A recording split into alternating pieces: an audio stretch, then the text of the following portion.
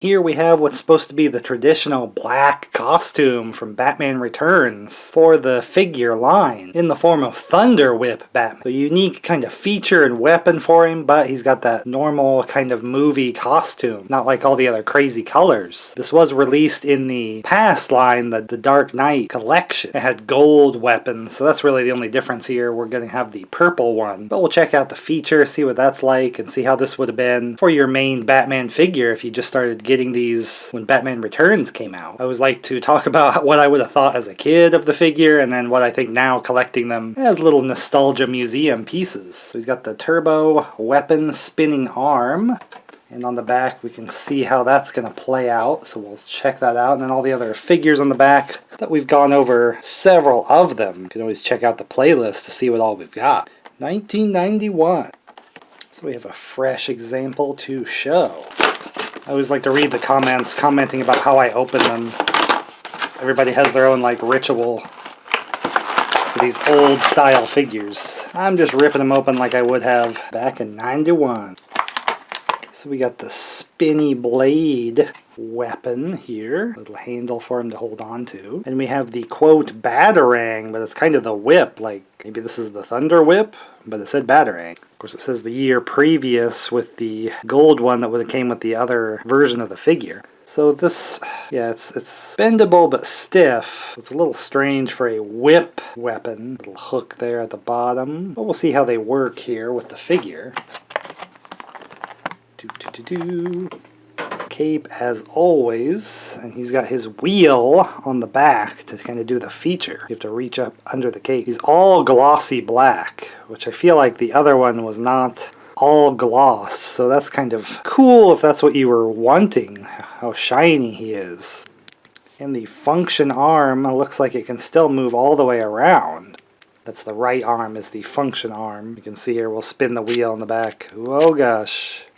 He's winding up a punch here.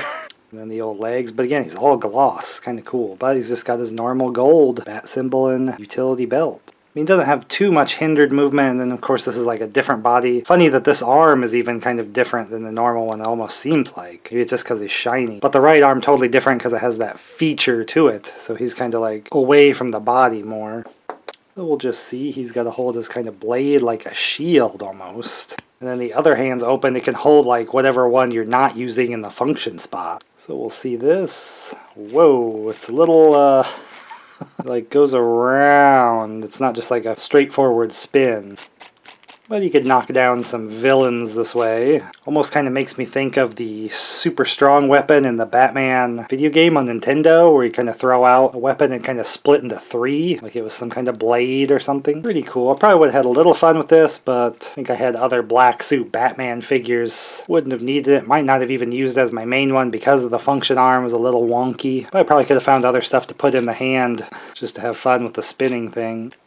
So then what does the whip look like? Kind of hooks under there almost like umbrella style from the Penguin. This is the Thunderwhip, extra long here. Oh geez, kind of hard to hold to not block it. Whoa boy, I'm gonna poke an eye out with this thing.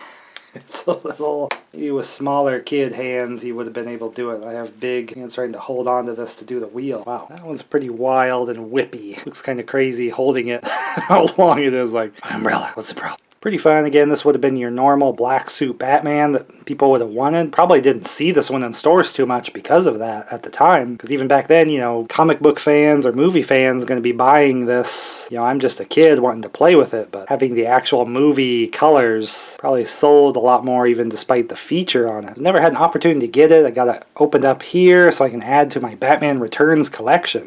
We got two different playlists. You can see the first Batman movie and then the Batman Returns figures if you want to see more of them. And in general, that's what I open up here is 90s action figures, either showing the old ones I used to have as a kid or getting some that were missing from my collection. It's kind of a cool little collecting journey you can watch through here. So hopefully you like this video, and I'll get to see you in the next one, or I'll hit you with the Thunder Whip.